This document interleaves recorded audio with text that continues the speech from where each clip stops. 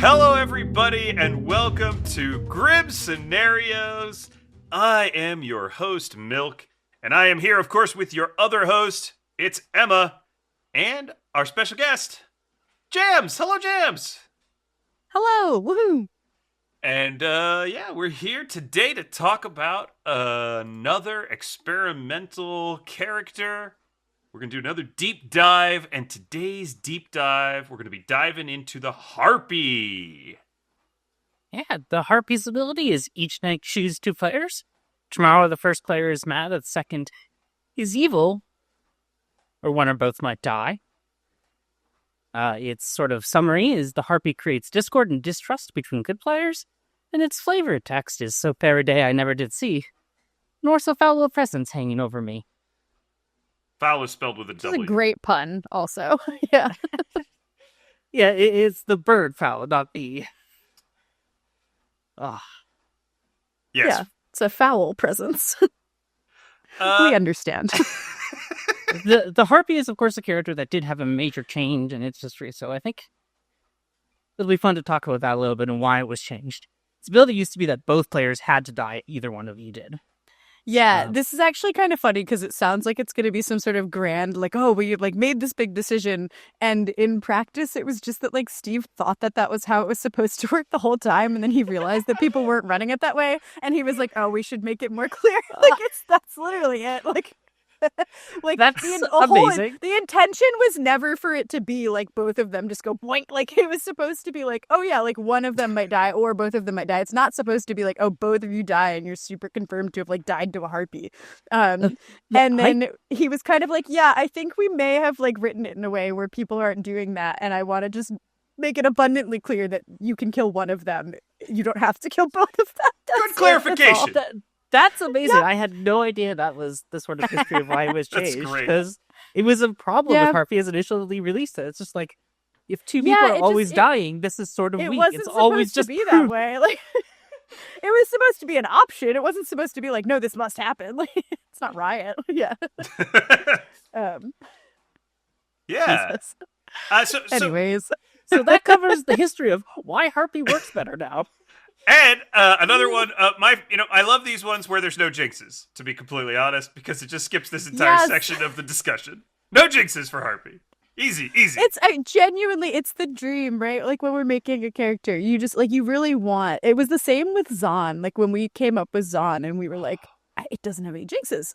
It's just so satisfying to be it just works. It just works, and that is that, and moving on, and you don't have to know. I think that's the biggest thing, right, with jinxes, because they're necessary to our perspective. I know there are people who disagree with, especially some of the clarification jinxes on whether or not they're necessary, but it's you have to have them in certain situations, and it sucks because it literally is saying here is one more thing that you have to know in order to play a game with this character in it. And that's sad because in a perfect world you could just know everything there is to know about the character in one line, but that's not the world we live in, as we know. So sadly, nothing could be quite that simple, but though it's always the goal, I'm sure. Jinxes are a unfortunate necessity to make custom scripts work. So I guess Indeed. just broadly, what are your kind of thoughts on Harpy as a minion, how it kind of fits into sort of the pantheon of other minions? What's it kind of doing, and then we'll kind of get into how things to think about when you're actually playing it. But just some kind of broad overview on Harpy, I think is a great place to start. As a side note, there needs to be a pantheon, a literal building of minions, in the lore of Ravenswood Bluff. That needs to happen now. It's canon. There is a pantheon, and it is full of minions. I'm glad for this contribution that I've made to the eternal lore of Blood on the Clocktower. Right. So the Harpy, I will start by saying I'm so biased. I love madness. It is one of my favorite mechanics. I think it's brilliant. There's so much space in characters that are yet to be released and characters that we're still coming up with that just engages with madness. So anything madness related, I'm just yes, more, give me that all the time, everywhere. So in that sense, I think the Harpy is freaking fantastic because they're, I think, such a big part of this game, right? In especially putting the social part in social deduction is that you have the power to say who you think is evil and who you think is good. And you have information about this. And this is one of the things that I think is so special about Clocktower, is that you can say that people are evil, or like think that people are evil, or try and express that you believe somebody is not on your team. In a way that doesn't just say, like, in Mafia and Werewolf, you're like, I just think you're evil. Why? Because I don't like you. Like, or because that's how it comes off. And it's really sad and hard. And I think that's one of the beautiful things about Clocktower, is that it is so much more inclusive in that way. Because if you're like, oh, like, Emma thinks I'm evil, it's not because of me as a person, or like it might be, but it's also because like she has an investigator ping on me. So it's okay. Yeah. It's like, you can engage with it in a way that's less personal. And so I think the Harpy is really fun because it creates another reason why somebody might think that someone else is evil to everyone else's perspective. And so it's just another puzzle piece to deal with, but it also really fundamentally changes the way that people have to engage with the game. I think Harpy and Sarah Novus, like, these madness characters, I think are some of the strongest if used, and I don't want to say correctly, but that was the first word that came to mind. That's okay. But I think if used in a way that really plays into what else is happening in the game, like if you have a good player who really trusts another good player, making one of them mad that the other is evil makes things really complicated, because all of a sudden you have players who are questioning, like, what is going on? Like, I remember playing a game at the Sydney Con this past year where I was just like, I was the tinker, and it's an 8-player game, and I think it was like set up in a way where like it was pretty clear that I was just like, people who knew me, and this game was all people that I knew well, I was like, they would know that I'm just the tinker based on the way that I'm playing. They would trust me. And my friend like Emerald was just like, he was just kept saying I was evil, and I was just like, Emerald, you know I'm good, you know I'm the tinker, like, what's going on? And then he died, and he was like, oh yeah, I'm Harpy mad about jams, and I was like, oh no, I should have known this, like, this makes so much sense. But it's just like, I think it can be really easy to get caught up as a player on the receiving end of somebody, like, especially players, I do this all the time with Karen, because Karen and I have pretty good reads on each other, and I'm like, she knows when I'm good. So if she thinks I'm evil, then she's evil, or she's Harpy mad. But I think I often struggle to jump to the like, or she's Harpy mad, or he's Harpy mad, or they're Harpy mad. And so it's such a good character in that sense, because it really puts you as a player in this position of jumping to like, why does this person think that I'm evil? And not remembering if it's being done in a way that's really convincing, not realizing like, oh, that's an evil ability doing such work for the evil team. And I love that about it. I think it's such a brilliant character in that way. And I love to see people play into madness. I think on the flip side of that, there's also such benefit to people not playing into that madness. We play this, I think this was at the first Vegas con. Ed and I were in a game together, and I was the flower girl, and it was like a 15-player game. And like, fuck if I'm keeping track of who's voting. So I was very much just like, oh, like 4 people over there didn't vote, and I got a yes. So the demon's like not one of them, like the demon's somewhere else, like easy. Like that was the extent of my information. Day 2, Ed is Harpy mad about me. He just blatantly breaks it, I think because he wasn't sure if I was evil or not, and he wanted to see what would happen. We both die, and my immediate reaction was, oh, thank fuck, because I had no idea who had voted that day. And he immediately was like, oh, you are good.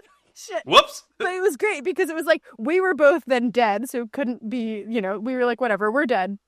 Those 4 people aren't the demon. Like, it was so strong for us in that sense at the end of the day. But it was so funny because I think you can get so much out of like both following the madness and how that plays into the game. But there's also such a price to be paid for breaking that madness of like, is it worth it? And I remember games where like I've been mad on final day, like final 3 situation, and broke madness because I was like, maybe I'm the leech host. Like I don't know. Like what do I do? Oh yes, I'm familiar with that. Interesting. Oh yes. Yeah, go on.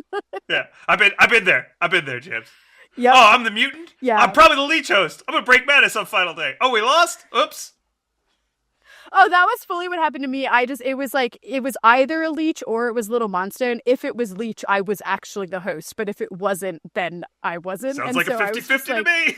Yeah, essentially, I tried to like ask other people. What was so funny in that game as well was like there were good players because the Harpy, somebody who people thought was the Harpy had died, and then they locked it on me, and I couldn't say like, I'm Harpy mad, and somebody's going, no, I think the Harpy madness went away after like blah blah blah died, and I'm sitting there being like, it fucking didn't. I know they're still alive. Like, no, it's Theo and he's annoying. Like, It's such a good character in that. I think I just think Madness characters are brilliant, and I think the Harpy in particular, it's just such a fun way of playing with Madness, because it's really one of the only characters that interacts in a non-mechanical way, and like interacts specifically with the social mechanics of the game. And I think High Priestess is probably the closest other thing we have to that, where the High Priestess is like, I'm not going to give you concrete information. I'm going to give you information that you then have to kind of process socially. Whereas the Harpy it's all like, I'm going to give you something that you have to do, and there's a mechanical impact if you don't do it, but there might be. But like, you're not being told you have to claim this specific mechanical information or this specific thing. You just have to say that that person is evil. How you do that is entirely up to you, which is also, I think, so fun as players, because it just creates this massive space for creativity on a player's behalf. And like, I love the games where, on day one, like Emma's Harpy mad about Milk, and she comes out and she says, yeah, I was snake charmed. Milk is one of my minions. And like, how fun to be able to just start a game off like right off the bat. And then people are like, is that what's happening? And that's the ultimate thing with characters like Harpy, is that it's not actually, and I think Wizard is to some degree similar, although Wizard can be in different things. It's like the power in it does not come from the actual like things that are being said. It comes from the distraction away from what actually good players need to focus on in order to win the game. Because Harpy Madness at its core is like, I have to have a thing that I have to talk about and like put out into the circle of conversation that's not who is the demon. Yeah. And the good team, in order to win the game, needs to be talking about who the demon is. And if anything that makes you not talk about who the demon is so helpful for evil. So I think it's so much of like Serenovus too. I think people like, I've seen a lot of sort of people going, oh, the power in Serenovus is that somebody might die. They might break Madness and die. It's like, no, the power in Serenovus is that somebody has to talk about not the things they want to be talking about. Like, that's where the power comes from. And yeah, I think Harpy does that in just such an interesting and fun way. Yeah, Harpy is also a little unique in just how flexible it is for a minion. Because it can mimic, if the Harpy like wants to, they can mimic a lot of other stuff. You can mimic a witch. It's a little risky, but you could mimic being a psychopath with the Harpy ability. If you target yourself at a good player, then psychopath kill them.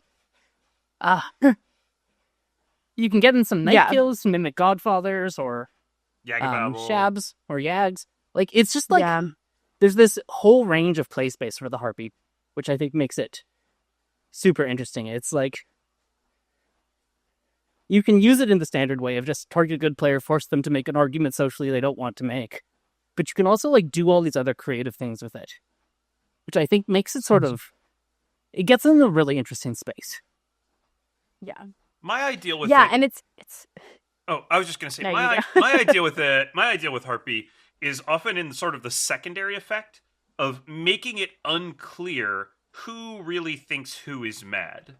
Or excuse me, not mad. Who really thinks who is evil, right? So less of the mechanical power and more of the somebody is pushing an evil world, and then somebody else is pushing an evil world, and sometimes it's really hard between the two of them to tell which of them is Harpy mad, right? And one of those people probably doesn't believe that the person they're pushing on is evil. So I think it adds an extra layer to thinking about what pushes people are making. Maybe not in the early game, but certainly in the mid and late game. Yeah.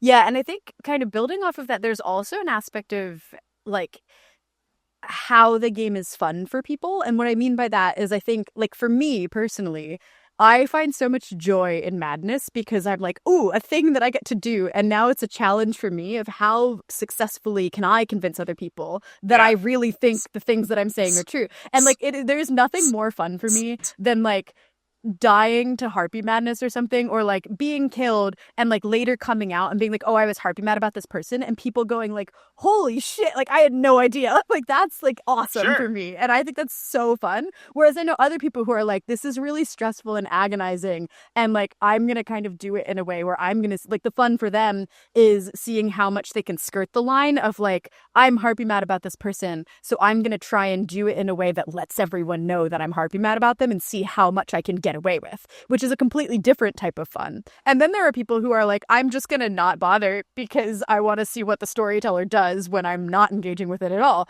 And that's fun for them. And so what I love is like all of those are equally valid ways to engage with it. Obviously, at different times in the game, some of them can be more detrimental to your team. Yeah. But yeah, like, it's just, for me, so much of the joy in the Harpy comes from being able to really the other week we were playing games here in Sydney, and I was Harpy mad, and the evil team was pushing on me and like got me killed as a demon candidate. And then later it came out that I was the one that was Harpy mad that day, and there were like 3 different people who were just like, oh, I really thought that you just thought that he was evil.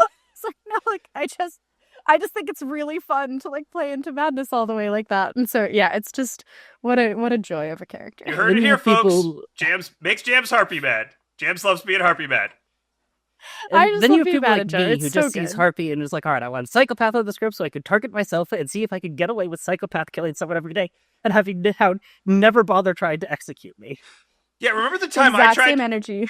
Remember the time I tried to do that, Emma, and I immediately got executed by the town? I don't think it's a skill I specifically possess. That's because you made someone Harpy mad night 1, and then night 2, you decided to switch to psychopath Harpy mode, and then they were like, well, there was Harpy madness in play yesterday, and it seems gone. I wonder if Milk's just the Harpy. That can't be right. I'm confident it's not right. That's the real tactics. Oh, that's so fun. So I guess we should get into, like, we've kind of talked a bit around it, but let's get into, like, how to play the Harpy. Like, what are some things that you think about when you're making your picks with the Harpy ability? We've talked about a couple of different ways to use the ability. Kind of where do we start? You know, from my perspective, especially the first night, it's often difficult sort of to decide as the Harpy what you want to do. Whether you want, people to know there's a Harpy in play, right? Kind of making 2 people Harpy mad is likely to reveal that over the course of the game. I think that's fine. That's sort of the cost of doing business as a Harpy. But like, where do you kind of start out when you're making your early game picks? I want someone who's going to play into Harpy madness, especially like early. Yeah, okay. I like, especially in the early game.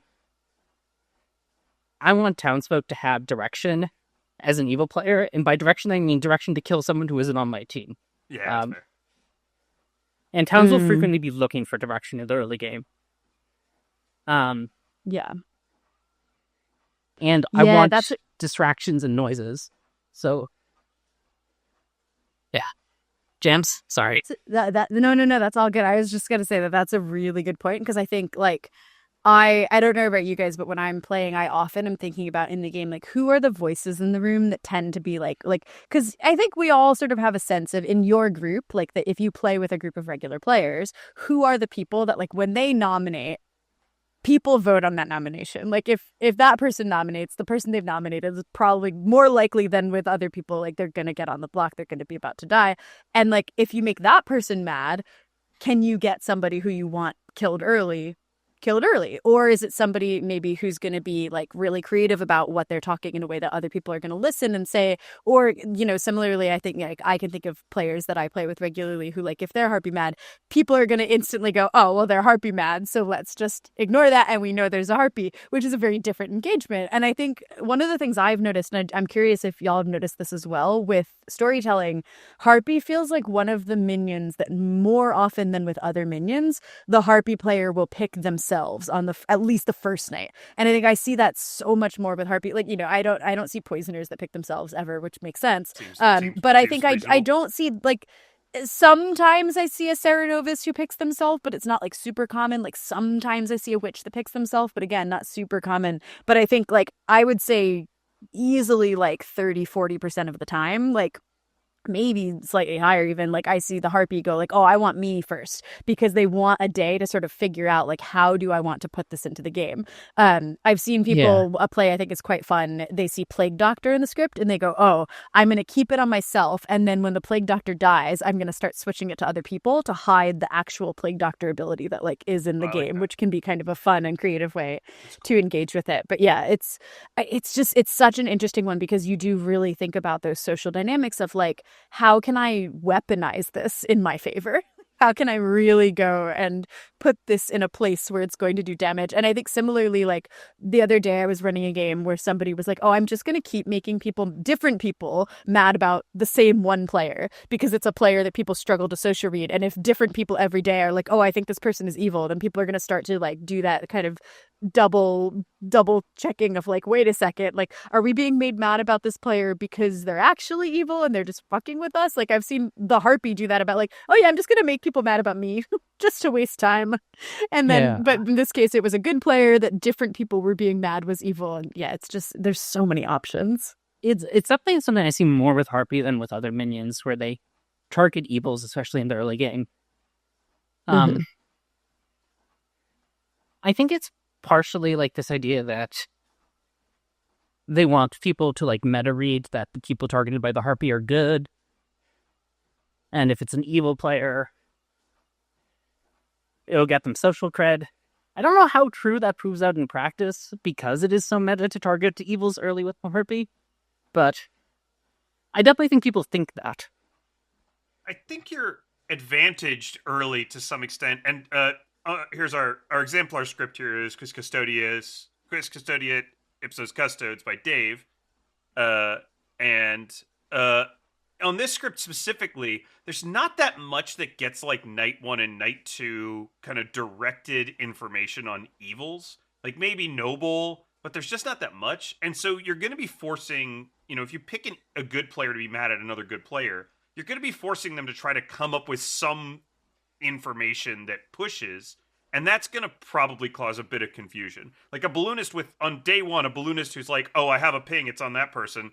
That doesn't mean that they're evil, and it's going to make it harder, I think, script dependent to some extent, what exactly it is, what they're going to have to claim to try to create sort of manufacture information that somebody's evil.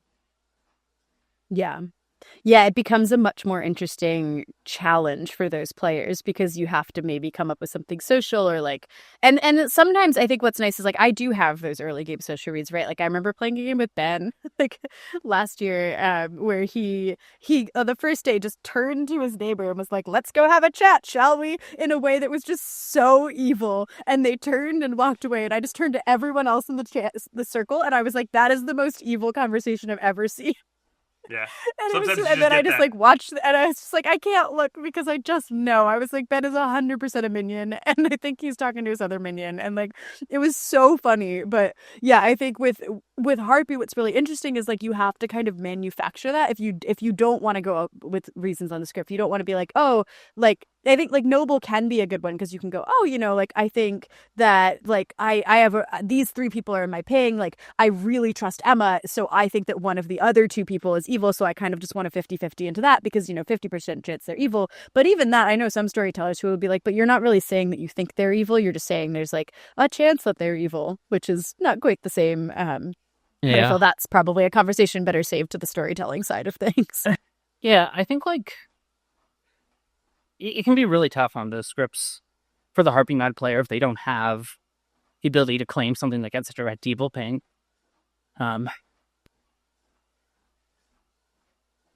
Which I think is interesting. It's really interesting. Yeah, because I think if you have somebody who's accusing you of being evil, not because like, oh, I'm in an investigator ping, but because like, oh, you did this thing that I think you do when you're evil, or like you said something in a way that seemed really evil. It's like, how do you respond to that on the other side of that? And which can also be interesting because if you see Harpy on the script, and this is one of those where I think it's similar to like a marionette where it does a lot of work by not being in play. As an actual evil player, you can deflect a lot of like pressure on you by going, oh, well, I think that person is Harpy mad, which becomes a really interesting defense. Like if on the first day, let's say like somebody's accusing me of being evil, regardless of my alignment, I can just sort of wave it off and be like, oh, no, like there's a Harpy on the script. You must be Harpy mad. That's why you think I'm evil. It's not that I'm actually evil. It's not that you really have information. You didn't actually get an investigator ping on me. And all of a sudden it's like, wait a second, like, did that really happen? Did that not happen? And I think it can sometimes become tricky in groups that have different like conceptions of what is okay to say about like what other players are doing in the game. But as long as your players, I think, are on the same page about like what is and isn't fair game for accusing people and how to talk about what people are doing and saying in the game, like just what a fun option to have.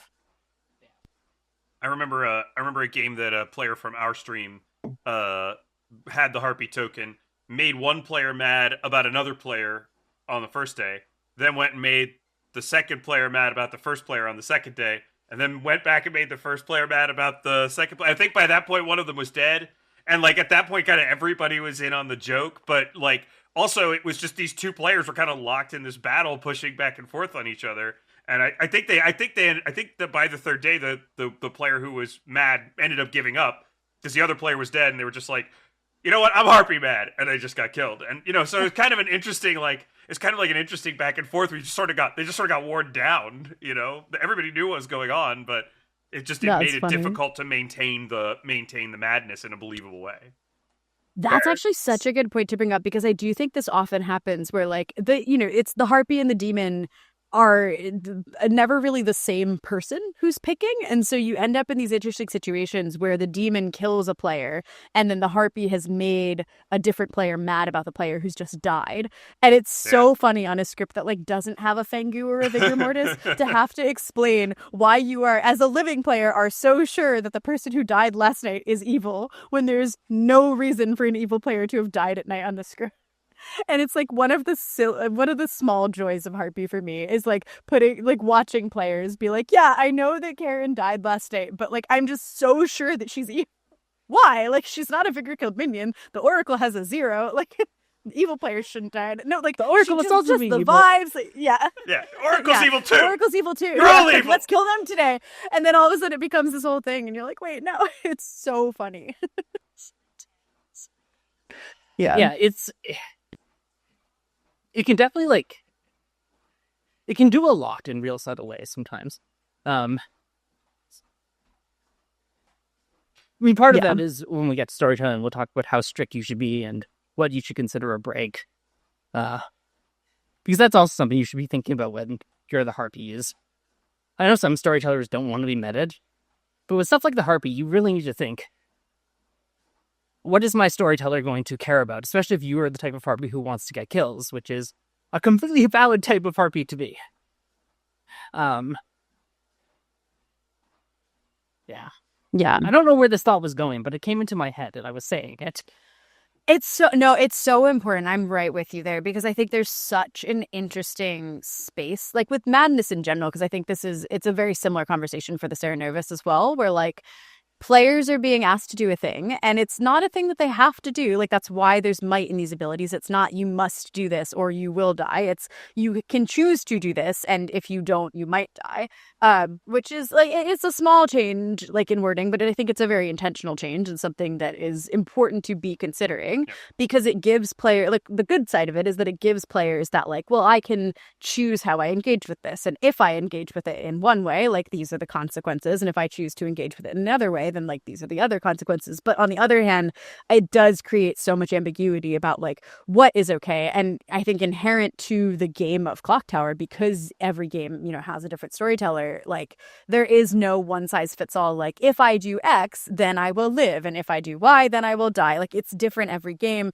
It's different like situationally as well. I think like I could play Madness the exact same way on back-to-back days, and on one day the storyteller would never in a million years execute me, and then on the next day they would 100% execute me, and that's like nothing really to do with how I've played the Madness. And so it's such an interesting puzzle of like, as a player, I think it can be really fun to think about, like, why didn't I die? And especially, I think this script is a great example because there's a Harpy and a Leech. And so I've used the Harpy and intentionally not killed somebody who blatantly broke Madness because they thought they were the Leech host and they weren't. And I knew that if I didn't kill them, they would convince themselves that they were the Leech host, get town to execute them at a time that was incredibly inopportune for the good team, which was a better use of the Harpy ability for the evil team than just letting that person die to the Harpy. But like, what a weird choice to have to make.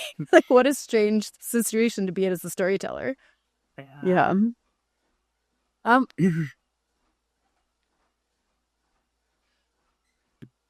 How likely do you think, how often are you willing to sort of bury Harpy Madness as an actual Harpy? Just say, you know what, I don't think we can get more value out of this. I'm just going to target myself and my demon and trust the storyteller not to kill my demon over it. it's one of those questions that you and I ask a lot too, Emma, right? It's one of those questions about, like, when do you turn off your ability? And there's some different reasons why you might, right? Maybe the town believes that they've killed a minion, and you don't want the town to know that there's a harpy still alive, and you can be like, oh, look, no more harpy madness, that person was a minion. You create a frame.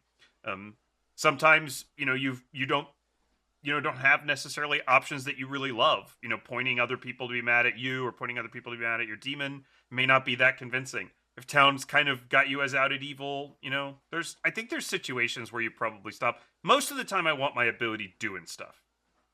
Most of the time I want to get something out of my ability, even late into the game. I don't know, James, maybe you have a different perspective, but that's me. I like my ability to do stuff. No, mine's pretty similar. I was going to say I'm very much like I think it's fun to do stuff. And so more often than not, the question that I'm asking myself is not like, what is the most optimal way to be using this ability at this time, which would involve a lot of situations where I am going to bury it. But the question is like, what is the most fun way that I can use my ability? And what is the way that I can do something with it so that it has an effect that will be fun and useful for my team? Which is a different question, I think, to the question of like, what is optimal for my team? Yeah. And so like for me, similarly, I would be looking for like, how do I use this in a way that is going to help? I think examples of when I might bury it, I immediately in my head was going like, what are reasons why the ability would turn off? And the obvious one is like, if somebody that everyone thinks is the harpy has been killed, then hiding it maybe for a day or two to frame that person as the harpy, amazing. On this script, there's so many good options. You have a minstrel, so like if somebody who people think is a minion is killed, hide it for a day. Like I'll just make myself mad about somebody that I've already been saying is evil, because then it's not going to seem out of character for me to continue saying like, oh yeah, I think Milk is evil, so like people are going to be like, oh yeah, but you were saying that yesterday, you're not harpy mad. Like and that minion that just died. Exactly. Yeah. Oh, literally. Yeah. Just make yourself mad about the person who was executed. Easy. Done.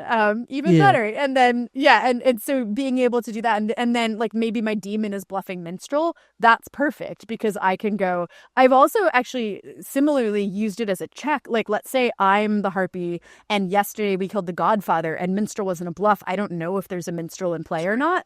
I can make myself mad. If I'm not told that I'm mad, then I know there's a minstrel out there, and I can go be like, hey, we need to find this minstrel and murder the crap out of them, or like, you're the leech, you have a problem today, because like it's a minstrel day. So I think that it can be kind of a fun test as well to figure out like, are there other things I need to be aware of that might impact my ability or what's happening with the team in the game. But yeah, I think generally speaking, I'm much more inclined to go, who can I make mad in a way that is going to be devastating for good? Like, who is going to have to, who is going to be able to play madness in a way? And I think I personally tend to prefer the more subtle approach, like rather than go like, let's say like Karen and Amy really trust each other. Like, I'm probably not going to make Amy and Karen mad about each other, because more likely than not, that's just going to read as there's a harpy who's just, made one of them mad about the other. They've already established trust. That trust has been pretty publicly known in the game. I don't think that's as good a use of my ability, just from my own perspective. Whereas if I think that like Jammings is mad about Alana and he's wrong about Alana, I'm going to make Jammings mad about Alana, because then he's going to keep doing that, and he might come out in ways that are going to cause more harm to the good team. And like, that's more useful for me as an evil player, because it continues to just take space away from the conversation about my demon. I'll throw you a couple that I think are really nice, aggressive harpy choices on this script specifically. How about the person who received the Night Watchman ping and has been public about that Night Watchman ping at the Night Watchman Harpy Madness? How about that gambler that's confirming that innkeeper mad about that innkeeper? How about the two people who are claiming the same role and are like, no, it's fine, they're just the pixie? No, they're evil now, baby.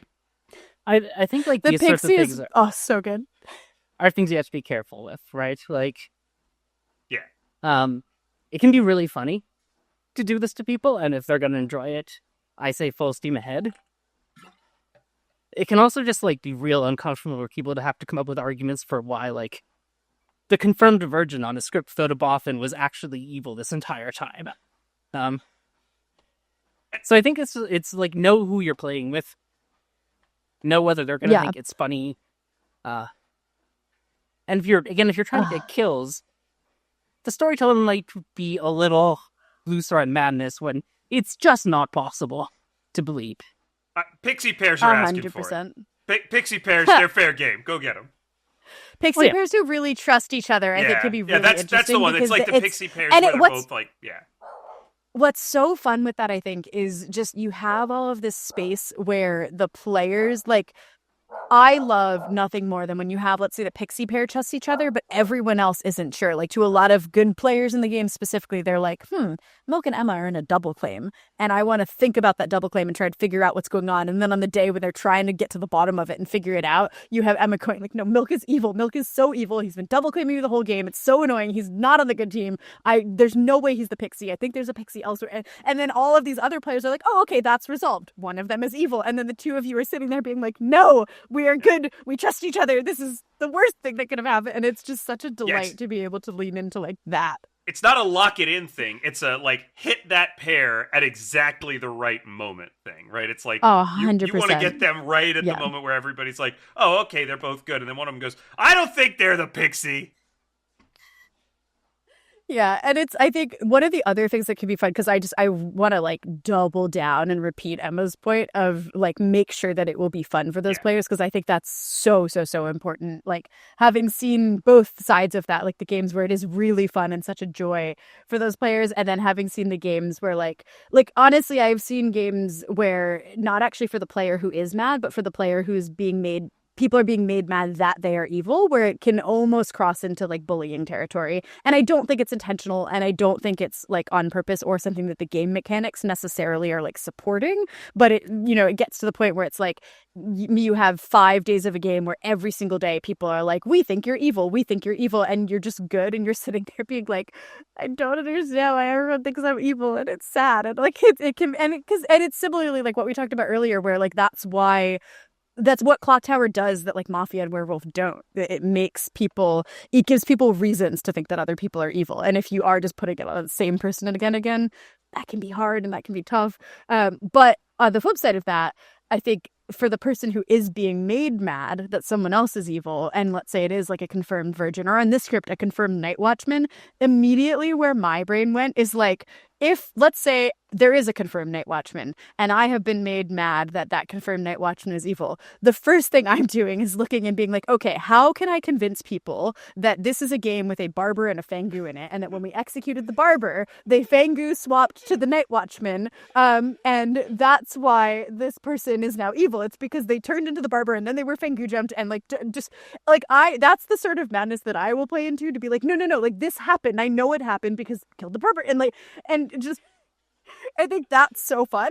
And I'm like, I know that's not everyone's version of fun, but for me that is fun. And so it's like, if there's a confirmed player, go on, make me mad, because that's a puzzle. Now I get to figure out how that could be mechanically possible and try and say it. And if it can't be, then I'm shit out of luck, because everyone's going to be like, well, if it was mechanically possible, you would know how, which isn't always true. But like, if you have a reputation as somebody who can figure out those puzzles, like that then becomes a different problem for you, which is just funny in a different way. So.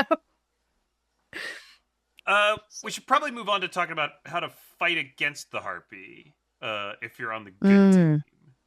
Because in my perspective, this like sort of changes a bit as the game progresses. Like, so I'll talk about the easiest category. Towards the end game, Harpy targets you at someone you think is good. They're a minion. Don't worry about them. Yeah. It's a perfectly valid way of fighting the Harpy. Gets a little trickier in the early game when you probably should be executing minions. But, But I think in the early game, you also have more space to, like, for people to get killed. Yeah, you have more space to make bad executions in the early game. So there's a bit of an ebb and a flow. This is actually a really interesting thing, because I think I often see players who conflate Harpy madness to mean I must nominate this person and I must try and get them executed.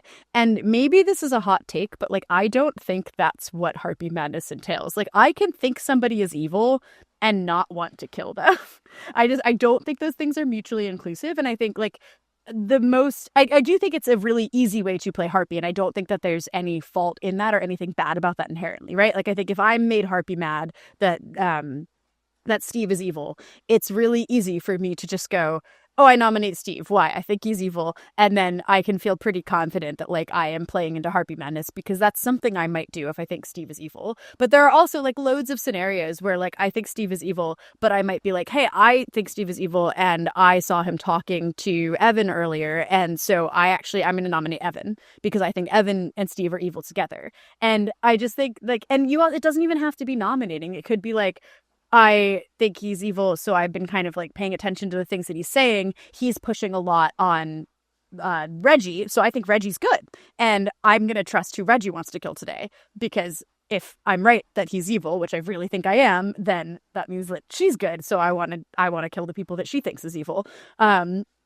Which, like, you know, I think it becomes trickier to do, but it's just, I think it's so much more broad than just like, oh, I nominate this person because I think they're evil. Now I've done my Harpy madness and now let's get this person killed. Or you can even sort of like nominate somebody and then like not vote on them, which I do all the time when I like actually think someone's evil. So I'll nominate them and then be like, oh no, I've been talked out of it and just not vote. Like there's so much validity to, I think, all of the different approaches to engaging in someone being evil. But yeah, in terms of like fighting the Harpy, I do think that that's one option, is trying to be more creative about how you work with that person being evil. It's like you can nominate them and try and get them killed, and if they're good, then that's a problem. Or you can go, how can I get somebody I actually think is evil killed by using the argument that they are evil with the person that I'm mad about, which is, I think, equally valid for early game at least. I think there's a little bit of, again, still some ebb and flow with the earliness of the game. I think on earlier days, you're going to have to be a little more persuasive of why I think Jams is evil, but we should execute Milk because Jams is evil. You're going to have a little bit of a better argument on day 1 than you will on day 5.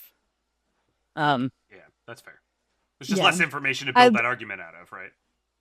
Yeah, I like as another early game one, like waiting until somebody else is on the block. Like maybe there's like you have a cannibal claim and you've got the librarian on the block and they've got enough votes and you're like, that's great. And then it's kind of like, oh, I nominate Claire. Why? I just like, I've been getting really evil vibes. I really think she's evil. I just wanted to see who else votes. And so in a way where like the librarian's still going to get executed. You're not going to get votes on Claire based on that, but like you've still done it. You've done the nomination. You've like put out that you think that they're evil and you put those things into the world. So yeah, I think there's it definitely, the timing of it is also something worth paying attention to as a player. Like you don't have to jump on it and be like, first nomination, let's get him on the block. Like intentionally non-convincing arguments for why you should execute someone is a great way to nominate them and not get them executed while complying with Harpy. Yes. Definitely. Yeah, most people are really good at giving terrible accusations, so just do that, basically. Problem solved. Problem solved. I have one that I was thinking about, which is what how do you think about when you're on a good team? How do you think about people who are made Harpy mad versus the person who they're made Harpy mad about? Like when you're thinking about which of them is good, which of them is evil, how do you think about how to parse that? And I guess that sort of leads into like, if people die from Harpy madness, most of the time you're going to think they're good. But what if the storyteller only kills one person instead of both? It's kind of like two parts, because sometimes like you kind of think about, okay, is the evil player making a good player mad at an evil player? Are they making a good player mad at a good player? Are they making like an evil player mad at a good player? Like, is there something you could read in that? I guess is an interesting question. And I know Emma has opinions.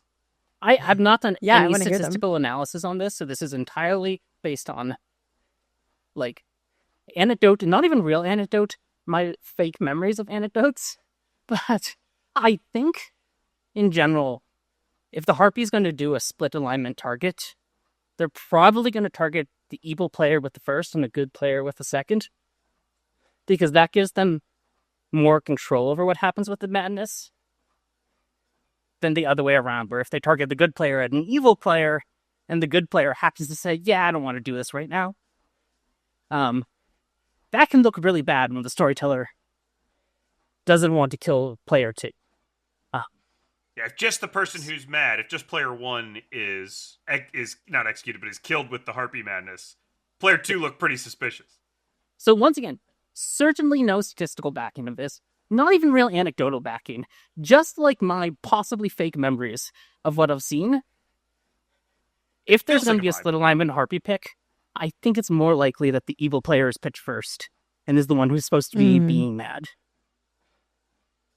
Yeah. This is a funny one because I think that this is one of those situations that people really like to meta their storyteller of like, oh, if you only killed one person, then the other person is evil. Or, oh, if the player made like if they killed both, then maybe one of them is evil, but maybe not. I had someone at a game at Clocktower Con in Sydney this past year who was bluffing atheist. He was the Harpy. And he said to me, hey, I'm going to make myself mad about a good player. Can you please just explode both of us? Because that'll make it look more like atheisty. If I'm saying I'm the atheist, then you just kill me and also kill someone else. And I was like, yeah, I'm happy to oblige that because you want to both die. But I think because I know as a storyteller that players would be meting the decisions that I'm making with Harpy deaths, that like as a player, I try really hard to take them like as much as possible as a case by case thing of like, okay, in this situation, which one of them, if either, like, do I think either of them is evil socially? And that's where I start. And if I do, then I'm like, okay, so if I think that the one who was mad is evil, why did the one who died? Like, does that make sense with my social reads? And then kind of go from there. Like, for me, I think it's a very one-off situational thing rather than like, oh, I have an overarching like, oh, if this person dies, then the other one's evil. Or if they both die, then they're both good. Like, I think it's really like as soon as there's a Harpy death, where my brain goes is like, do I think either of the people involved in this Harpy madness are evil? And if I do, why do I think that? And does that make sense with what's just happened? And then kind of work backwards from there, which I don't think is how most people do it. But that's, for me, it feels very, very situational. Yeah, I think as a storyteller, if I'm going to do I guess I'm called naked Harpy death, where it's clearly not anything else. It has to be Harpy. I am always going to kill. If I'm killing one player, I'm killing the player in the pair that is better for evil to die most of the time. Agreed. Which isn't really directly about either player's alignment or anything else. It's the player I think it's going to be more hopeful for the evil team to die. 100%. Yeah. And like, let's say there's a Baron in one end of that, and like a lot of people trust that Baron for whatever reason. It's like, cool. They're not, the only thing they're doing for the evil team alive is voting power and nominating power. And if they're dead, everyone's going to listen to them and follow what's happening. Like, yeah, absolutely. I would kill the Baron because I think that's probably better than the Oracle that everyone's sus of, who probably is now going to get executed because the freaking other side of the Harpy madness died. And people are like, oh, well, you died, so you must be good. So let's kill you because you're like, I think that's tends to be how I see it play out when I'm running games. So I think it makes a lot of sense, absolutely, to be like in this math as the storyteller, like who is the person that seems like, whose death is going to help the evil team more? Because at the end of the day, it's a minion ability. It should help. Yeah, and especially in a spent minion or a minion. I was really thinking a minion that's been cleared of being the demon. Right, like a Baron that's been snake charmed. The Baron doesn't know that they're snake charmed. Maybe the town doesn't know that the Baron's snake charmed. But if they're alive later and they're not the demon, that's bad for the evil team, right? Something like that, where you have a chance to help the evil team by killing an evil player. Yeah, We've sort of drifted into storytelling, haven't we? A little bit. Little.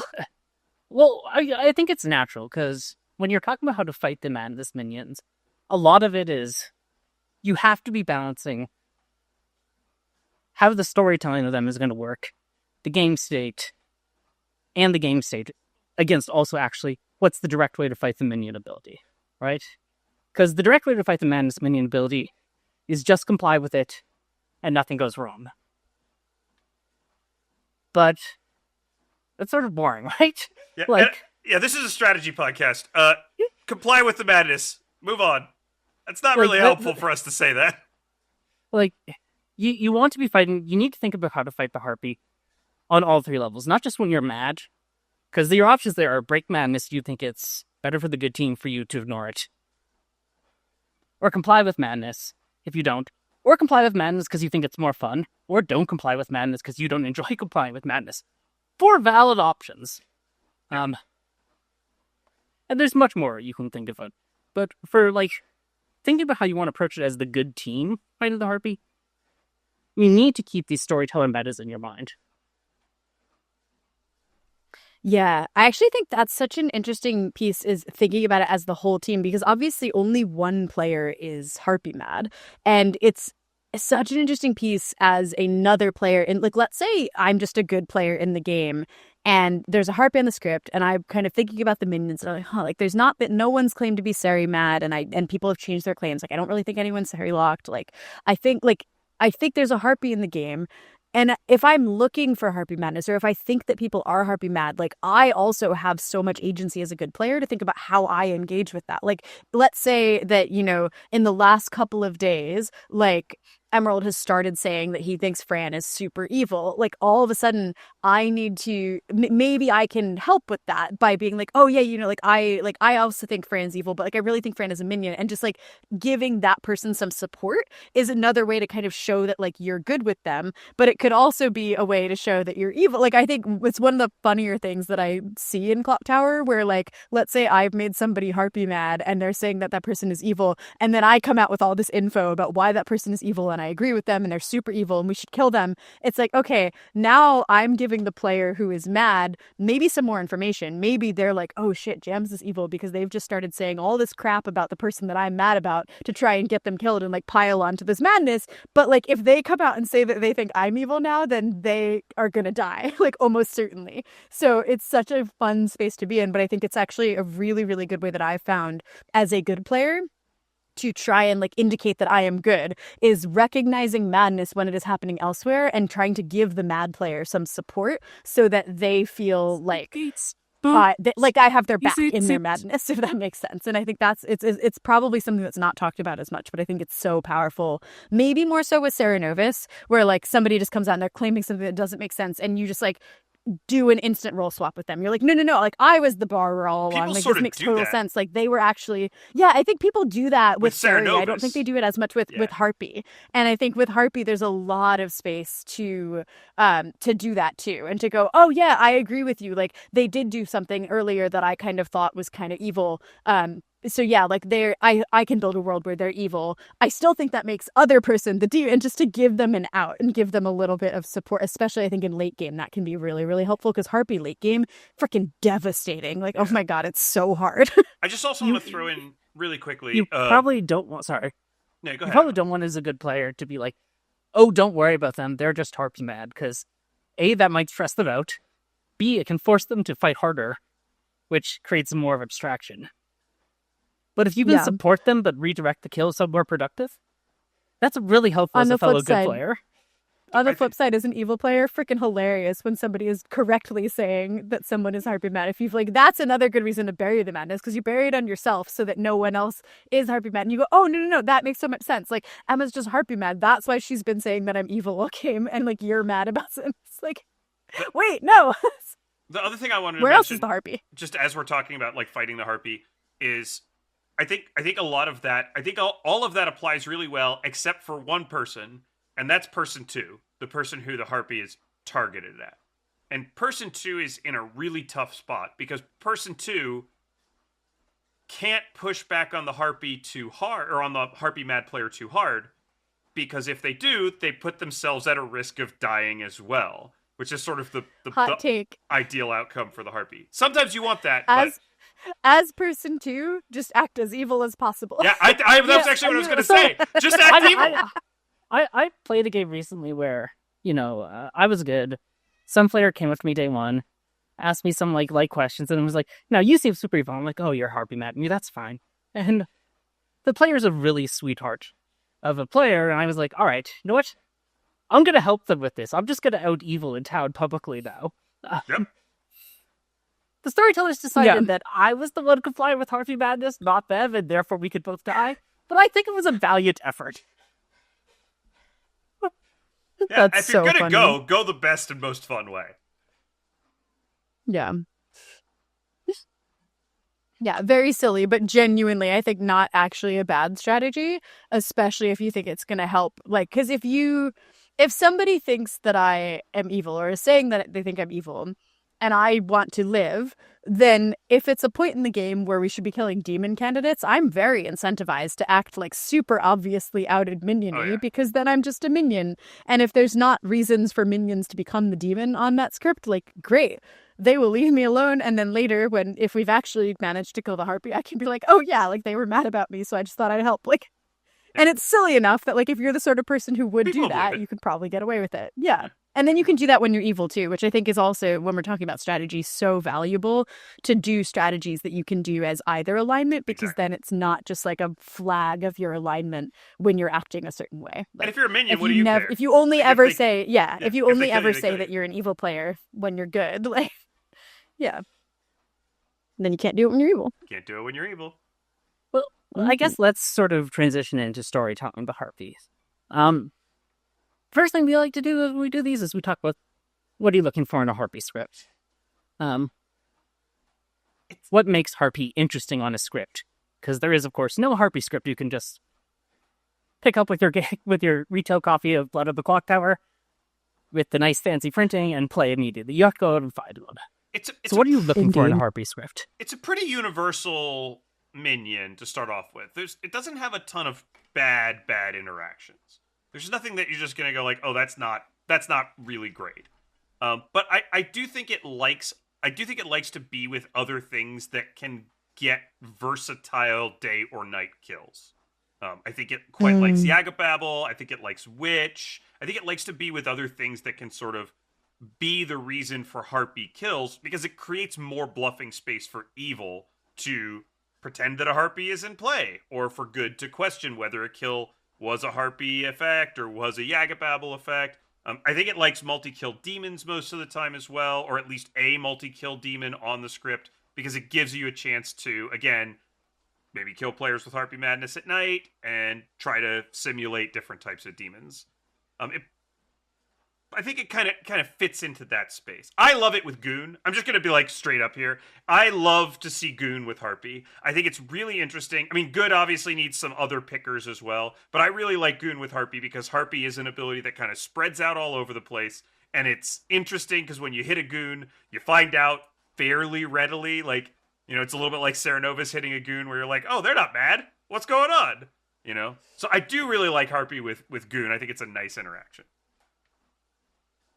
Yeah. I think for me, one of the other things I think about is how loud are the other minions on the script? Because Harpy, obviously, if a good player is made Harpy mad, they are told as much. And so they will know that there is a Harpy on the script. If you have like 3 really loud minions and then like the only source of drunkenness or poison is a poisoner, then if somebody goes on day one like, oh, I was Harpy mad, and then somebody else goes, oh, I was Sari mad, then all of a sudden you're like, hey, everyone's sober, great. And that's a problem. That's a problem.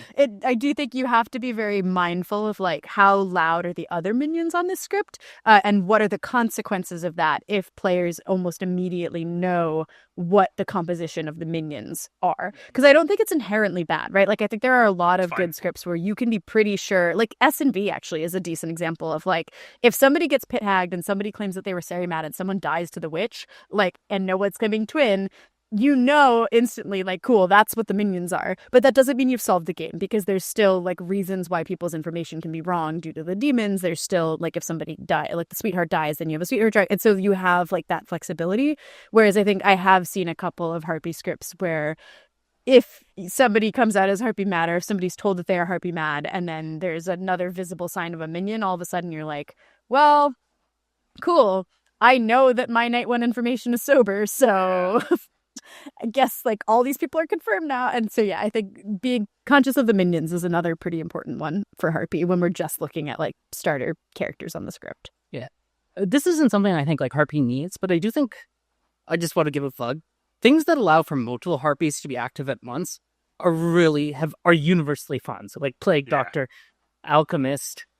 It's one of the few minions that like it being duplicated just makes the game more interesting by experience versus too messy to untangle. I think one of my favorite... Completely agree. favorite Harpy games I've ever storytold. It was a script with Harpy and Alchemist Harpy. I put both in the bag. Day one, the real Harpy targets the lunatic to be mad at the Harpy, and the Alchemist Harpy targets the demon to be mad at the Alchemist Harpy. And it's just so stupid and wonderful. It got sad, though, because the real Harpy was executed, and then the wizard was like, I'd rather this be a Legion game. Oh, God. So I lost both my Harpies, more or less, but I was for the like lunatic, that glorious moment, it was incredibly funny. Oh my God. Or similarly, as soon as you said that, I was like, yeah, if you have like a hatter or something where like if the Harpy dies, then you can resurrect the Harpy and get it back into play, or like an owl hatter, or like ways where you can move around. Like you have a Harpy and then you don't, and then you have one again. I think is so fun because that plays really well with things like Minstrel or Innkeeper, or like any other reason why you might think that you've killed an evil player, and then all of a sudden the ability is back, and you're like, wait, no, I thought like it's such a good balance. A Barber is also really great for bringing Harpies back if they've unfortunately perished too early. Yeah. Yeah, I remember. Go ahead, please. This story is so irrelevant that I think we should just move on. Oh, It's a very silly game. And there was the same one where the Harpy was like died. Basically, there was a I don't even remember how this happened. Like what the character. I'm trying to remember because it was on Anonymous Dishonesty.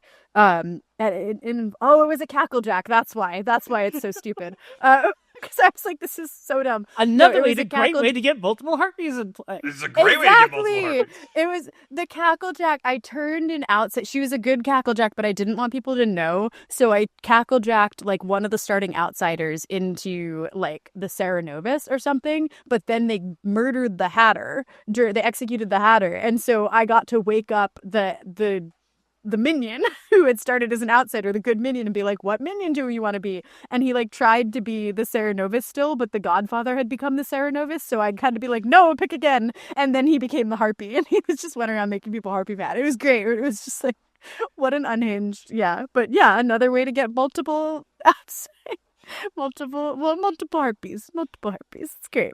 Just Cacklejack everyone into the Harpy. You heard it here. TPI approved. Never have too approved. many Harpies. You cannot have too many Harpies. You can never have too much madness. No, we I sort of like offhandedly mentioned this, but I think it's fine to say publicly that there's like quite a lot of madness stuff in the works. I think that I should stop before I say something I shouldn't, but it's just madness is so good, and you can never have too much madness, and I stand by this. I have seen some homebrews that challenge that notion, but that's another. To be clear, you absolutely can. Like, maybe you can. If all four minions, all four demons, and most of the townsfolk are interacting with madness in some way, you might have a slight problem. It's a little too much, but like kind of in a fun way. I just remember a game that I ran. It was a teensy. I have a madness teensy that basically I just took every madness roll that I could find and like put them all on one little script. And it's dumb. It has an atheist sort of out of necessity. And I think my belief about this script right now, at least, is that it's only fun if it's an atheist game. Because it's actually an evil team. It's just nothing. No one will solve anything. But I was running an atheist version of this, and I just made there was a pixie alchemist, and I just made 3 players mad that the pixie alchemist was the alchemist, and then made a bunch of people mad that the mutant was really the Amni, which was what he was claiming. And so there were all these people being I made Jody mad that the person claiming Amni had learned the color purple because that's what he was saying. And then he was like, I don't understand what's happening. Why is she so sure that I learned purple? I don't get it. It's just, madness is great and should be used at all times. Well, so anyways, our example script for this episode is Quis custodiat ipsos custodes by Dave. So let's talk about bag building for the Harpy. Let's do it. So we have a Harpy. We have a Harpy. Yes. That's how we always start. Yeah. Now, I think with evil, generally, they should work with most other evils on the script. Even on customs. So I'm not super worried about the evil setup. We can do whatever we want there. Yeah. Yeah, honestly, I think on this script especially, it's really hard to have a bad evil combination with the Harpy. I think like the worst thing that can happen on this script is like the Harpy hits the leech host without knowing they're the leech host, Yeah. or the Harpy hits the person the Fang you jump to without realizing, and the demon accidentally gets killed. Like that's probably the worst thing that can happen. Or it's like other than that, you know, like I think you've got a lot of really, really good options. Marionette is particularly fun with Harpy because you can make the marionette mad that someone's evil, and the marionette genuinely thinks they're good. So you have an evil player who's doing this work for the evil team without even realizing that that's happening. Leech is also on the flip side of like, yes, you can accidentally get the host killed, but you can also really effectively bury Harpy madness on the leech by making the leech player mad about people. And then the leech, you have no worries about your demon dying, and so the demon can do madness, but they can't die, and so they can just be mad freely about someone else. Vig is also freaking amazing with Harpy because any ongoing minion ability that is coming from a dead player is just so difficult to fight against and so damning. And especially, again, we've talked already about how strong late game Harpy is. If that Harpy has died like right away and just has been harpying all game long, like that's going to be really, really, really difficult to track down. Yeah, so we'll do like a leech marionette Harpy setup as our evil team. Love it. What does good need effectively against this setup? I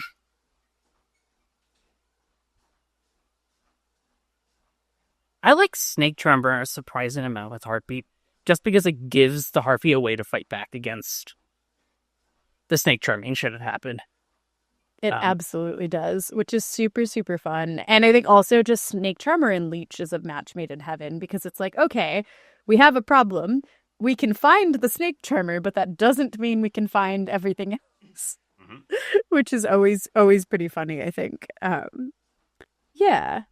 I think like a juggler can be nice. Juggler plays well with Harpy because if you make a juggler, like let's say the juggler is really public with their information, if you know, let's say they've juggled like 3 good players and the demon and they got a 3, just make the juggler mad about one of the other 3 players. Boom, that makes your demon look pretty good because the juggler has to say, yeah, I got 3 of them right and I think this one's evil. So what are other people gonna do? Like, hear me out. Hear me out. Gambler, you invite the gambler to gamble you, and then make them mad that a different player is evil the night they die. Love it. I love that. Absolutely. You talked about a little bit with Night Watchman and the challenge it can present for Harpy. Let's throw it in there.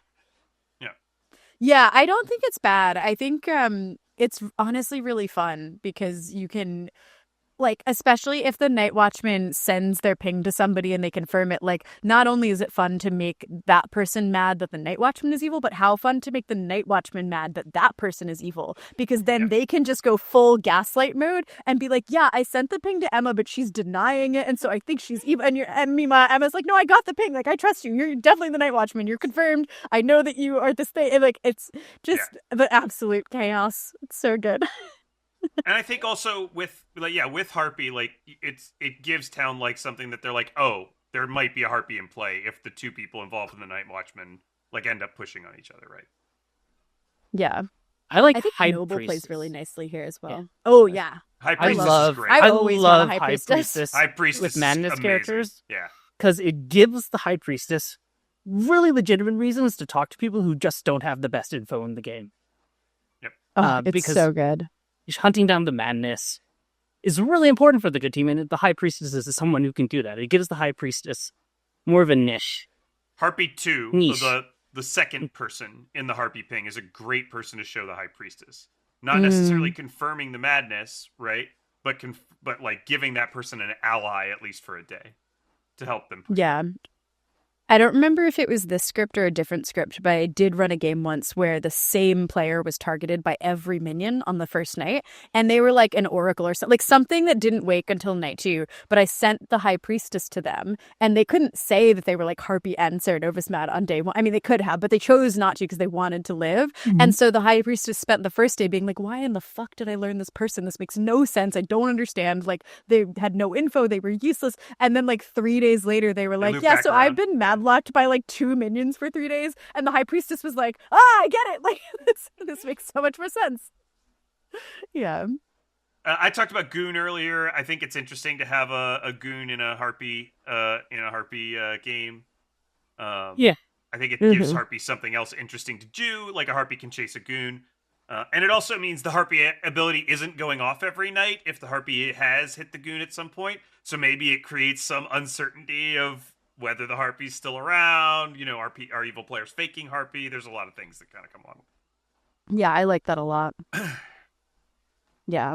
And I think like I like Innkeeper you here go, to give good sort of like a way to fight for the gun. Yeah, that's fair. I think if you're gonna give Harpy and Goon, you got to give good as some kind of picker. And yeah, I was going to say one of Innkeeper, Balloonist, or sorry, not Balloonist, Sailor. I was looking at Sailor, I was like, whoa. Yeah, just giving them something to play with that Goon, keep them good.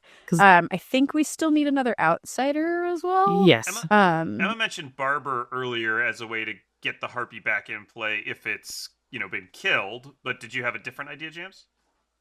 No, I like that a lot. I think the only other thing I was looking at is because there's not... So the leech is going to be a source of poison, and I could see Puzzle Master potentially also being helpful because it gives an alternative to, like, is that person the leech host, or are they Puzzle Master drunk? And it's not just like, oh, well, I'm the one person whose ability isn't working, so it's me, let's kill me.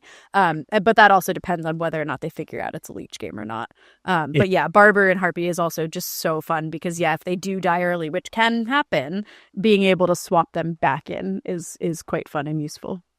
Then, looking at this, I was sort of thinking either Pixie or Poppy Grower for the final character, but don't think it matters super much. I think just throw in the Pixie. Maybe a little more interesting without the Poppy Grower for this one with the Leech.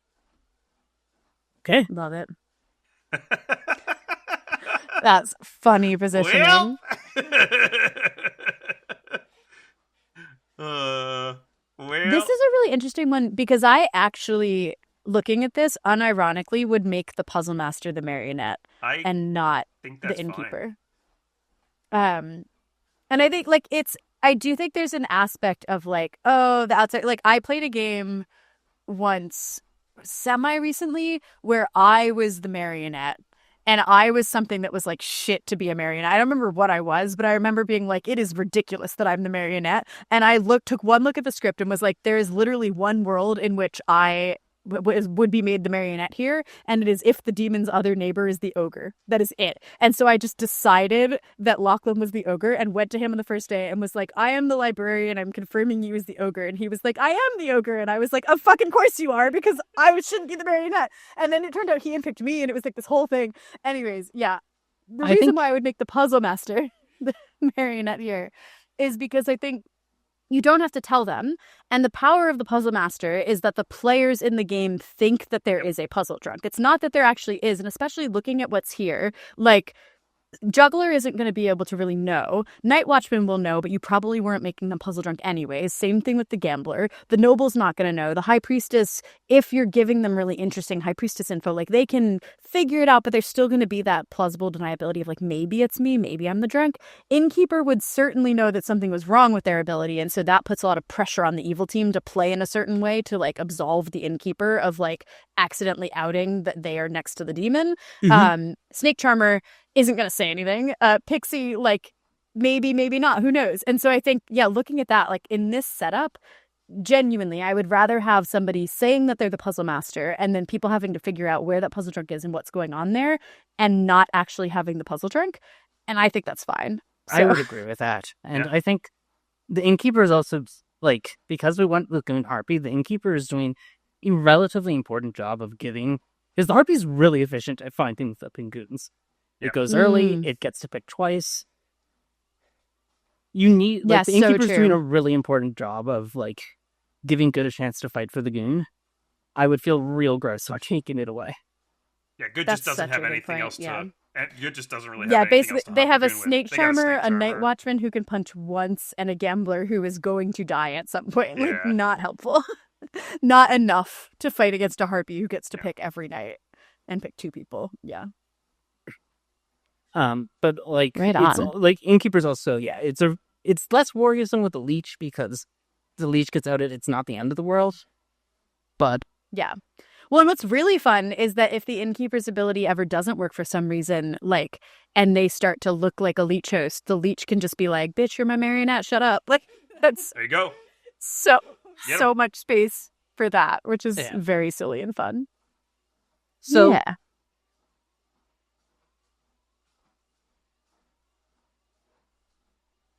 let's see. Trying to think if there's like any sort of like interesting like storytelling questions we can ask. I mean, the big storytelling question we might ask would be about when you're gonna, what situations you might make kills with the Harpy ability. Yeah. Yeah.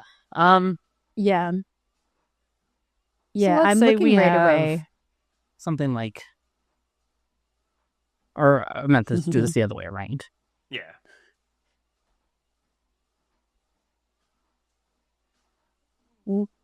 How loose are you going to be for the juggler before you kill them if they're mad at the Night Watchman here?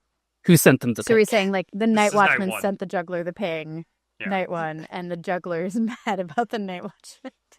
I'm going all out. That juggler is like vehemently denying that they got the ping. That juggler is like, this person is so evil. I don't know what they're talking about, why they think that I got a ping. Like, this is the most ridiculous evil bluff I've ever heard. Like, this juggler needs to be like fully, because they're the juggler. Their entire ability is you must live through day one if you want to learn anything in this game. Like, that is their ability. So they are juggling the Night Watchman claim as like all 4 minions. Not like literally, like they can still do a real juggle, but like I would be almost expecting them to be juggling the Night Watchman as something evil in their ping. I think it starts to get tricky, right? And I think that encroaches similarly on like Pixie Cerenovus mad territory, where it's like, to what extent should the Harpy ability or the Cerenovus ability be taking away this person's power to use their own ability, like independently from the madness? So like if the juggler didn't juggle the Night Watchman as something evil, I would be looking for a reason why they chose to not do that. And they'd be like, I know they're one of the minions. I don't need to juggle that to confirm it. Like, I'm going to juggle these other people, or like some sort of justification. But also it's tricky because I would want it to be done in a way that still came across as like genuine. Because I think what's tricky is that when it's a madness that is so blatant and powerful, like you almost need to be careful of overdoing it, so that, because like sometimes people are mad in a way where it's like, oh well, they wouldn't be this mad about it You're if, being if so it was obvious. legit. You must be mad is not being mad. Any implication in word or tone by that juggler that they received any confirmation or that they believe in any way that Seat 9 is the Night Watchman, somebody's dying. Yeah, I think like and actually the cost I might impose is to kill the Night Watchman, because it's much worse for the town for the confirmed Night Watchman to die. And also, if the juggler doesn't die, I think there's a lot of space for people to be like, that juggler is evil. They spent all day like very loudly proclaiming that the Night Watchman was evil, and then the Night Watchman died and they didn't. Let's kill them. Yeah.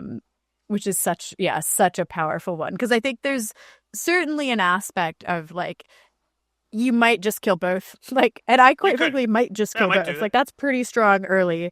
They don't know it's a leech game yet, so they're still going to be looking to kill evils instead of looking to kill host candidates. But yeah, I think I would almost always be killing the Night Watchman, and then depending on how people were perceiving the juggler, would be maybe killing the juggler, or maybe not. It also might depend on where different pings are, right? It might depend on where things like the noble pings are, or who I've sent the high priestess to, things like that. Yeah. That's a hard one. Like, that's genuinely a difficult choice, but you're going to be expecting Seat 2 to not be admitting anything about a ping, or accepting anything about Seat 9 being the Night Watchman. It is a bit easier for Seat 2 to just go, Seat 9 is claiming to be the Night Watchman. They say they sent me a ping. I didn't get their ping. I don't know what's going on. They're probably evil, claiming this bullshit to me. Well, Yeah. let's look at something like, I don't know.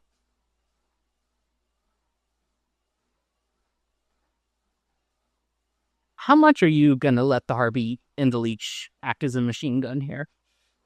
They might get I one. think, yeah, that's kind of where I'm at. And I think, again, it comes down to like how powerful is this for the evil team at this point in the game? Because I think if they know it's a Leech game, the Leech obviously in this situation doesn't have to say anything, right? The Leech can just sit there and like technically that is not being mad that someone's evil.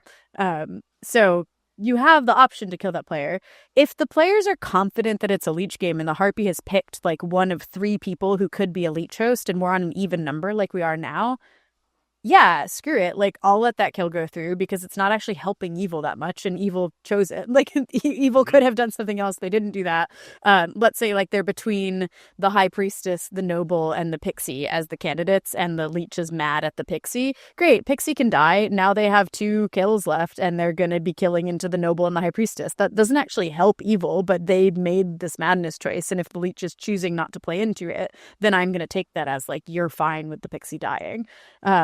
Whereas if the Leech is like, if they're intentionally doing it and town has no idea it's a Leech game and is like trying to figure out who to kill and they're trying to kill people who aren't the host and who also aren't the Leech, then I might not use it because for me, I think it's very similar to a situation where the Sarah Novus is alive on this final day and the Sarah Novus makes themselves mad and then just doesn't claim it. I'm like, you don't get to put yourself into a guaranteed game-winning situation with this ability, but I'm still going to help your team. Yeah. But yeah, I'm not going to end the game in a win for your team. And if doing the Harpy kill in this situation would put the good team into an unwinnable situation because they just aren't going to kill the right people and they have no tools to figure out who the right people are and not enough time, like, for me, I think more broadly storytelling, a balanced game comes down to, does the good team have the tools to figure out which world is the correct world?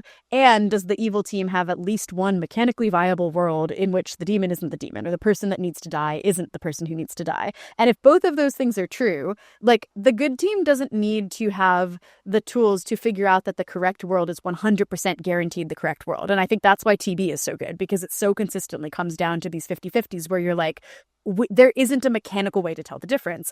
It's not a bad thing to run a game where mechanically people can't tell the difference. I think it is a bad thing to have your game come down to a situation where the players are just like, well, we have nothing and we have not felt like we have a chance to win the game. Like, and that's what's so interesting, right? Is that there's so many games sorry, this is getting so like heady and more general strategy. But yeah, I just think there's so many games where the players, like, as a storyteller, I'm like, I know on day 3, the good team is not winning this game. Yeah. There is no way. Like, the evil team they know the right things, they're doing the right things with their abilities, and good does not stand a chance. But the good players in that game feel like they have a chance. They're like, we are using our abilities and we're working towards something, and we feel like we could win. That, to me, is a good game because the good players felt like they could win the game throughout the course of the game. And I think the same thing applies on the other side of things, right? When you have the evil team and the evil players, like, if they, like, sometimes you're just like, evil's fucked. Like, they don't know I they're can only fucked. do They're so much still self fighting, and exactly. So If they don't know that they're fucked, it's fine. And you're doing a good job as a storyteller. And the difference is making sure the players feel like they have the agency to get to a final day situation. And if they give it their best and do everything they can with their abilities, that they have a chance to win the game. So if I can make it to the end of the game and both teams felt like they had a chance the whole time, like, I have done my job as a storyteller. And so I think where this pertains to, like, the Harpy is, like, if I were to use this, like, machine gun Harpy Leech, like, the Leech can just kill people willy-nilly.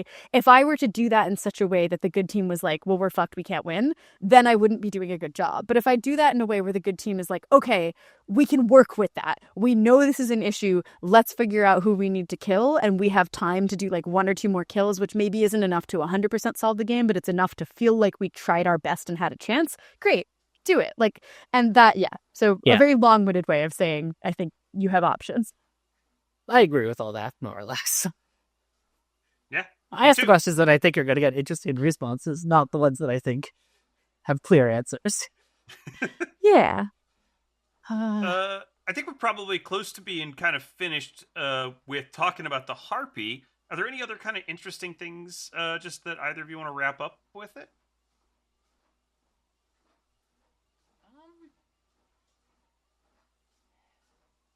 I'll say something that I think, and it was kind of brought up earlier, and then you could kind of see if you have some things that you think you just want to wrap up. Be aware, I think, of what's going on with people that you're picking. Emma mentioned it earlier. Make sure it's fun for the people that you're picking. If you've picked the same person for 3 days and you can tell that they're frustrated and you can tell that they're tired of defending themselves day after day, it's not worth like continuing to make that person mad. Give them a break. Use your ability differently. Sink it, bury it, do something that you think is kind, because it's not worth being cruel to someone. It's not worth hurting someone who's really struggling even if you think that it's advantaging your team. Yeah, there's much more important things in life than winning a game out of the Clocktower. And one of those is one of the rules of in the Clocktower. It's be kind. And that includes the best. Moving the Harpy madness if it's causing someone to have a bad time. Yeah. Which happens in both time. A codified rule in a board game, circle game, whatever kind of game, social deduction game, that literally says, be nice to one another. You can't really ask for more out of a rule set. Yeah. Tell that to the people in my email inbox.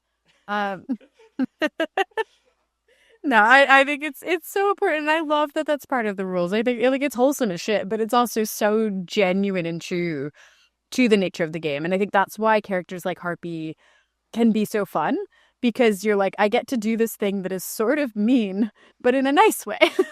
That's great. So many people love being mad all the time. Madlock them. Yeah, they'll love it. Mm-hmm. So true.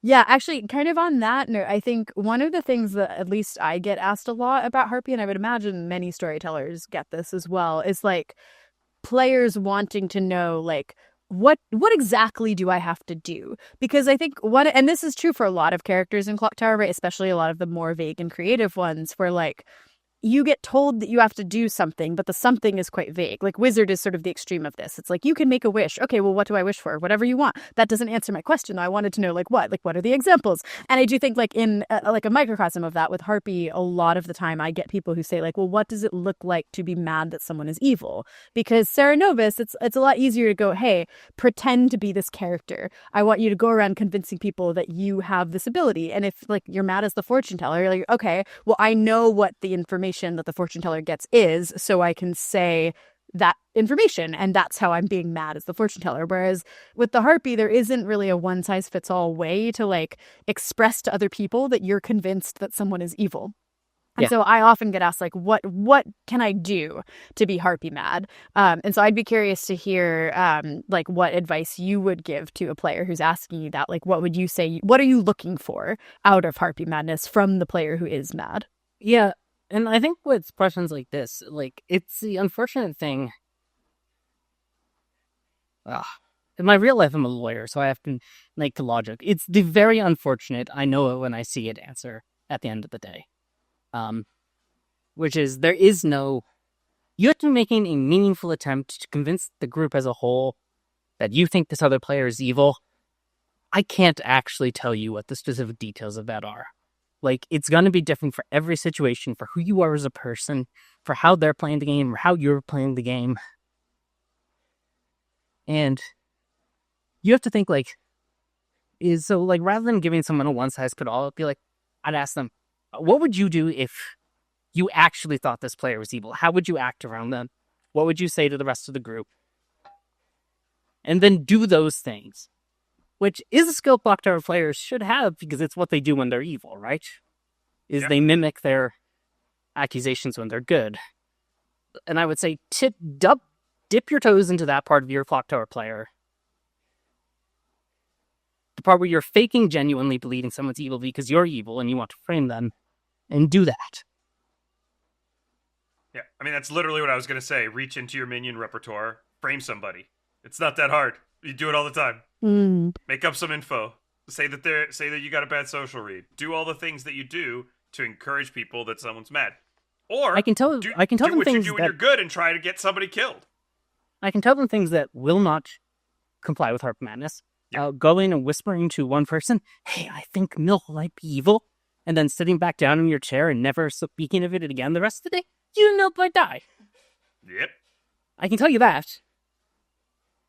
I can tell you refusing to speak generally is not going to help you comply with madness. I can tell you that don't say they're good. Don't say they're good. Nice. But it gets to a very thin line between. Where's the line between? There's no magic words. This was actually Serenovus, but I was thinking about this a little earlier. The last time I remember non-intentionally breaking Serenovus madness was at Ravens Woodstock in England a few years ago. It was a very silly game where everyone knew exactly what I was, and the Serenovus made me mad as, I think it was the Village Idiot, and there was like 4 Village Idiot claims already, and it was like day 4, and I'd never been claiming, and I just woke up. People were like, all right, what's the Village Idiot information last night? And I just started laughing and say, oh, my Village Idiot information is this. And Patters looks at me with a disappointed look in his eyes and executes me. So don't do that. Don't laugh at how unbelievable it is that you're believing this person's mad. That is evil. Probably. But the exact contours of the line, I really can't tell you, unfortunately. As a side note, the don't say that they're good just brought up a vivid memory of a game in which I was the Shugenja, and on day 1 I had been mad that my neighbor was evil, and then my neighbor, right before nominations, claimed psychopath and killed me. Nice. I was the Shugenja pointing towards him, which worked well, but I just immediately, I die, and I just go, Beardy is good, Beardy is so good, he's the goodest person I've ever seen, he's so good, he's the most good ever. Yeah, you want to kill them, say they're good. Yeah.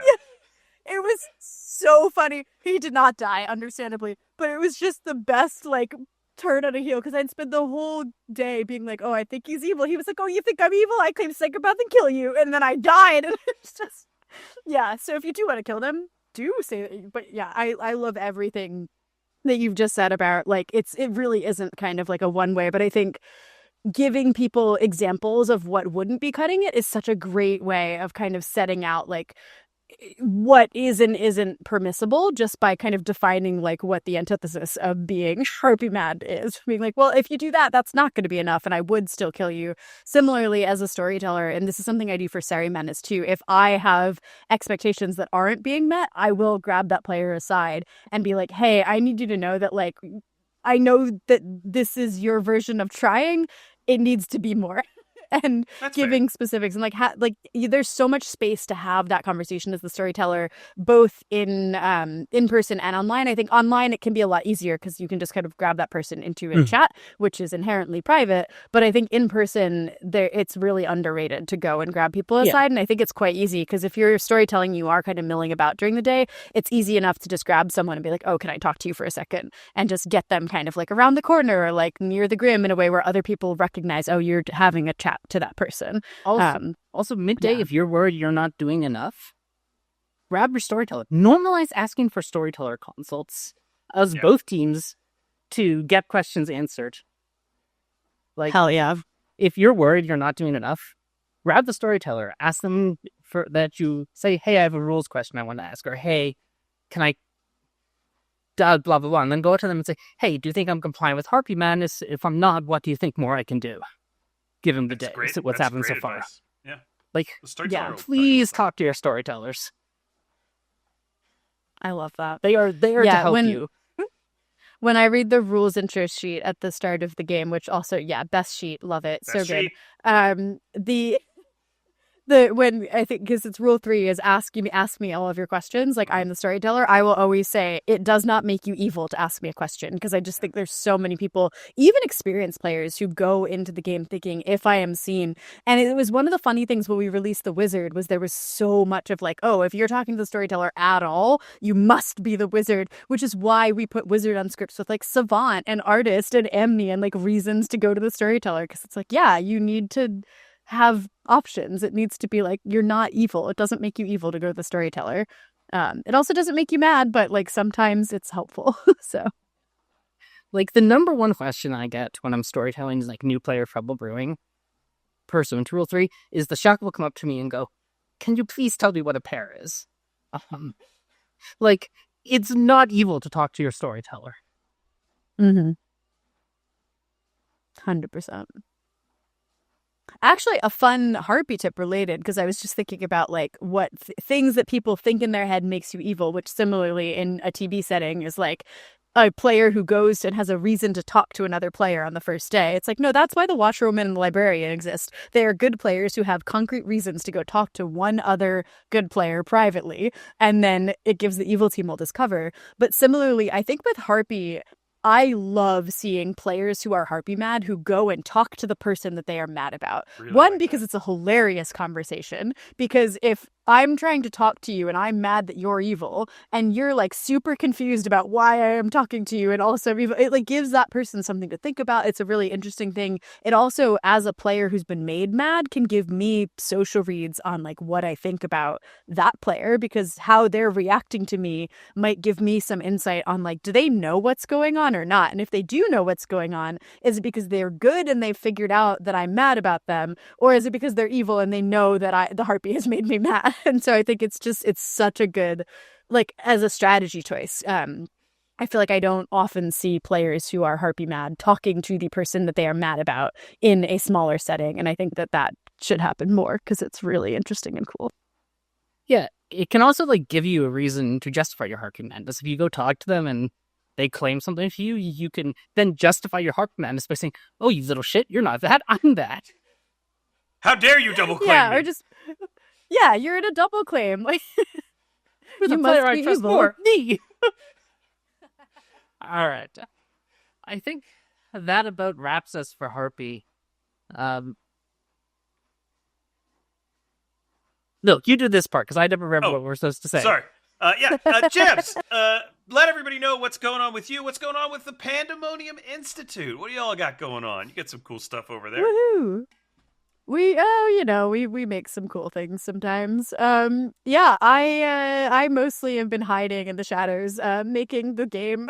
So that's good. Thanks. And no, genuinely been good and fun, and we're really excited about all of the new character stuff that is in the cooker at the minute. Awesome.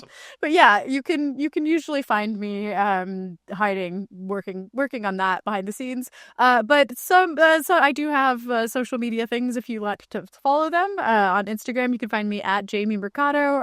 On Blue Sky, and I have a Twitter. I don't think I've logged into it for about 3 months. But you can find me at Boom Jamsy, and you can also find some of my friends running games on Gen Clock on Twitch and YouTube.